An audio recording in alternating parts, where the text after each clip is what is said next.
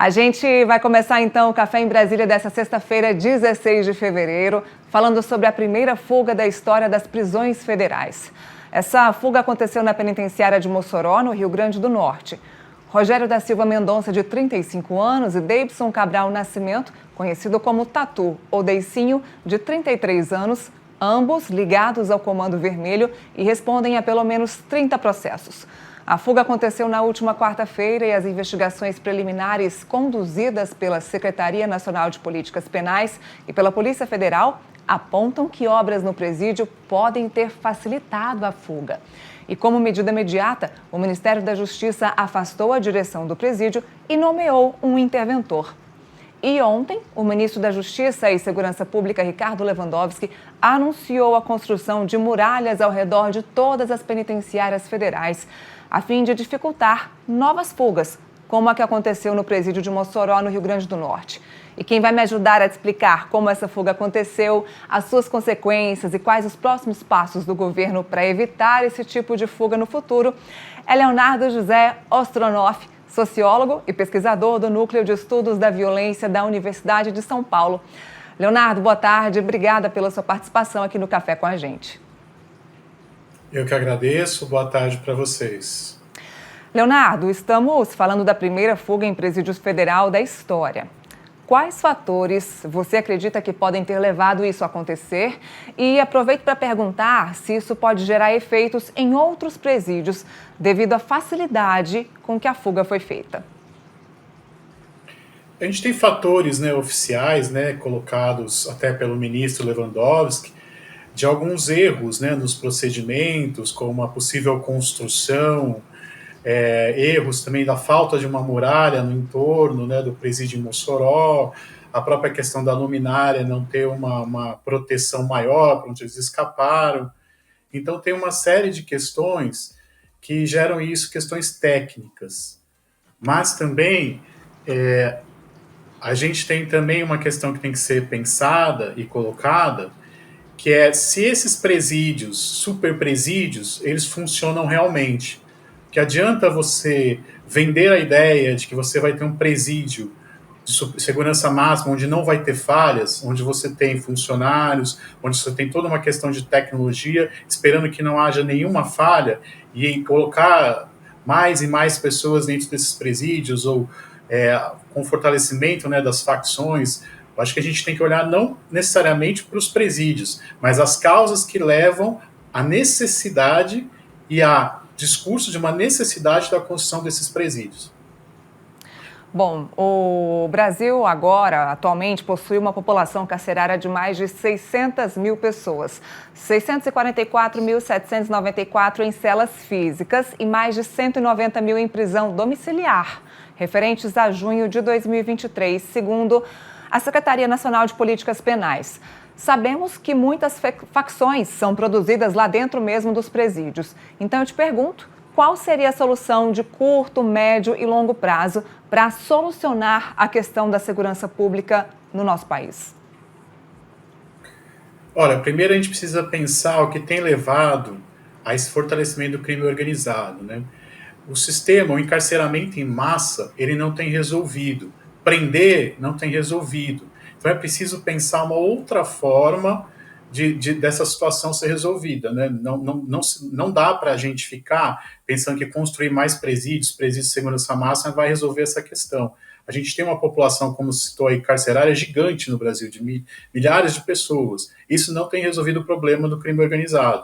O que a gente tem que partir para outras soluções, como, por exemplo, a descriminalização das drogas, maior investimentos em cultura, em políticas públicas com educação, maior acesso às populações periféricas e de classes mais baixas à educação, à cultura, à saúde, enfim. Políticas públicas integradas que trabalhem não a consequência, não os resultados, mas as causas que levam a isso. Armar, ter mais armamento, ter mais muralhas, não vai funcionar. Isso só vai criar mais pressão e mais problema e mais gasto do Estado. Aliás, você falou em muralha, o ministro da Justiça e Segurança Pública, Ricardo Lewandowski, falou a respeito disso, né? Na coletiva de ontem, ele disse que a ideia agora é criar muralhas ao redor dos 5 presídios federais que são administrados pelo próprio ministério, pela pasta, e fazer, então, um trabalho maior aí de reconhecimento facial, utilizar as câmeras, que, de acordo com ele, nesse caso específico de Mossoró, as câmeras, inclusive, não tinham imagens nítidas. Ou seja, essa questão de aumentar a segurança, aumentar esse muro ao redor dos presídios, não vai funcionar, não vai aumentar a segurança. Porque a segurança, que segurança a gente quer, né? Quando a gente faz isso, a gente vai para uma política de guerra, de muralhas, de isolamento, aí tem um problema. A gente deve viver numa sociedade onde não seja necessário esse tipo de atitude. Né? Construir muralhas vai funcionar por um período, mas a gente vê também planos, por exemplo, de facções como o PCC, de fuga de presos. A gente vê casos, por exemplo, na prisão estadual do Paraná, que explodiram a prisão, né? Explodiram o muro da prisão. Então você tem toda uma série de questões onde vender a ideia de que você vai ter um presídio com segurança máxima, onde não tem fugas. Isso não é uma verdade. Em algum momento você vai ter uma falha, porque por mais tecnologia e mais equipamento que você tenha, você também tem ali atrás pessoas trabalhando nesse local que também tem falhas. Como ele mesmo disse, né, você tem uma questão do carnaval onde isso fica mais fácil, as pessoas ficam mais relaxadas, então você também tem recursos humanos. E a gente sabe que o crime organizado trabalha principalmente com cooptação de agentes do Estado, né, a famosa corrupção, você cooptar.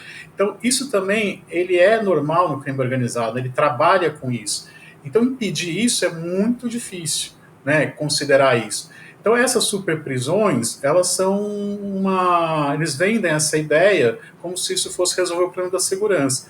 Na verdade, esse encarceramento em massa, essa resposta de você ter uma guerra contra as drogas, contra o crime organizado, e encarcerar e prender mais as pessoas, só vai gerando mais insegurança. Porque uma hora, em algum momento, essa tecnologia toda, esses recursos humanos todos vão falhar. Não tem como não falhar. Em alguma hora isso vai ter uma falha, como foi mostrado agora. Então não é por aí, não é isso que vai trazer mais segurança à população, é justamente o inverso, é você trabalhar com desencarceramento, descriminalização das drogas, tirando justamente o financiamento e o poder do crime organizado. Bom, a gente sabe que esses planos de fuga, isso não é uma novidade, né? Bom, o que esse caso traz de novo é a fuga em si, a forma como eles fugiram, enfim, eles tinham armamentos, eles conseguiram, acabaram cortando a parte de cima, o teto da cela, e uma das justificativas que o ministro da Justiça deu é, abre aspas, as pessoas estavam mais relaxadas durante o carnaval, fecha aspas.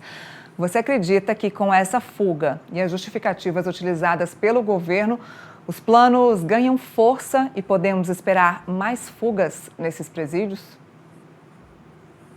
É como eu estava dizendo, é impossível você vender a ideia e querer dizer que nunca vai ter fuga em algum sistema. Em algum momento, ainda mais que você usa trabalhadores, recursos humanos, você vai ter falhas, né? Nada está sujeito a não ter falhas. Mesmo essas tecnologias, as tecnologias de monitoramento, né, por câmeras, a gente sabe que elas estão espalhadas por todas as cidades. Tem comércio, tem nas ruas, e tem falhas, né? Sim, a gente sabe que tem falhas, tem maneiras de burlar isso. Então essas tecnologias, elas são benéficas? São. Mas o problema é construir essas prisões vai garantir essa segurança? Essa é a resposta que a gente tem que dar. Até que ponto isso vai conseguir sustentar, né, essa situação, ou virar uma panela de pressão que uma hora vai explodir, que uma hora vai dar falha, né? Então a gente percebe que é impossível você sustentar a ideia de que você vai isolar esses chefões do tráfico e do crime organizado e vai conseguir isso sempre. Até porque você tem uma população carcerária enorme que também não está ligada ao crime organizado, está ligada a pequenos crimes, a coisas que na verdade nem deveriam estar encarcerados, né? A gente sabe disso. É um sistema extremamente punitivo, injusto e que acaba encarcerando pessoas que têm baixa renda e de raça, né, de pessoas de raças de cor negra, enfim, a gente sabe que isso acontece. Então, esse sistema ele tem que ser mudado. E não adianta vender a ideia de superprisões como se isso fosse a grande solução e a maior tecnologia, o avanço, né, fosse a coisa mais desenvolvida a se fazer. Ao contrário, vender essa ideia se caminha para justamente para esse passo, que é reforçar toda essa ideia do Estado penal punitivo, que só cria mais essa situação, porque uma hora essa panela de pressão vai explodir. Bom, Leonardo, agora a polícia deu início a uma caçada, né, atrás desses dois foragidos. Polícia Sabe? Federal, PRF também desembarca hoje lá em Mossoró para ajudar nessa busca. Como é que essas buscas de fato acontecem? Eles estão fazendo com drones, né? Enfim, e tem a última notícia que eu vi, seriam 300 policiais de várias polícias, né? Efetivo forte. Eles estão com a ideia de que estão escondidos na mata, porque não houve, né, acesso a carros, né? Ninguém achou um carro roubado, então não houve, eles devem estar a pé. Então aí você tem toda uma instrumentalização, uma tecnologia para conseguir fazer essa. Você falou bem, é uma caçada. E aí a gente tem um problema, né? A ideia de uma caçada já é algo ruim, né? Você não tem que caçar seres humanos, por mais que eles estejam cumprindo ali pena, enfim, eles não têm que ser caçados, né? Você tem que trazer e tentar reintegrá-los à sociedade. Então a gente vê que a lógica está um pouco desvirtuada, né? Ela não está no sentido de resolver a situação, está de criar mais problemas para a situação. E essa caçada toda, ela é já um paliativo, né? Porque se você não captura, a legitimidade do sistema fica em questão. Então é necessário, para tentar recuperar um pouco a legitimidade, né, do sistema das prisões federais, enfim, dessas superprisões, você conseguir resgatar. Se você não resgata, aí você coloca, você deslegitima, né, todo esse discurso da segurança, das superprisões, enfim. Mas mesmo assim, você vai favorecer sim a tentativa de outras fugas, enfim, que já existiam. Porque quando você isola as pessoas naquele sistema, né, totalmente isolado, sem comunicação, e aí você gera toda uma pressão psicológica, né, nessas pessoas, lógico que elas vão querer escapar. E lógico que vão ter planos, né, para tentar tirá-las, até porque essas organizações criminosas têm milhões e milhões e têm recursos para fazer isso. Então é normal e até esperado que em uma situação dessa, onde eles são colocados nessas situações, dentro dos presídios federais, né, de um suplício, né, enfim, você queira sair, queira colocar esse risco de tentativas de fuga. Essa foi inusitada, porque eles saíram de graça, né, como diz. Mas você tem, por exemplo, planos de fuga como o do Marcola, que envolvia milhões de reais, e outras tentativas de fuga, né, outros planos que foram frustrados. Mas esse, justamente, de uma forma até meio ingênua, meio boba, eles conseguiram escapar, né, de uma forma até amadora. Mas você vê aí como o sistema tem falhas, e sempre vai ter falhas, nunca vai ser perfeito. Então, vender essa ideia de sistemas, uma prisão que vai conseguir sempre ser perfeita e não vai ter erros, é uma falácia, né? Bom, nós aqui do Metrópolis continuamos acompanhando essa busca atrás desses dois fugitivos lá em Mossoró e também vamos acompanhando toda a repercussão lá do Ministério da Justiça sobre essas mudanças. O que o Ministério vai incorporar agora de mudança nos 5 presídios federais? E, Leonardo, a gente te agradece. Muito obrigada pela participação aqui no Café em Eu que Brasília. agradeço. Eu que agradeço. Uma boa tarde para vocês. Boa tarde, até mais.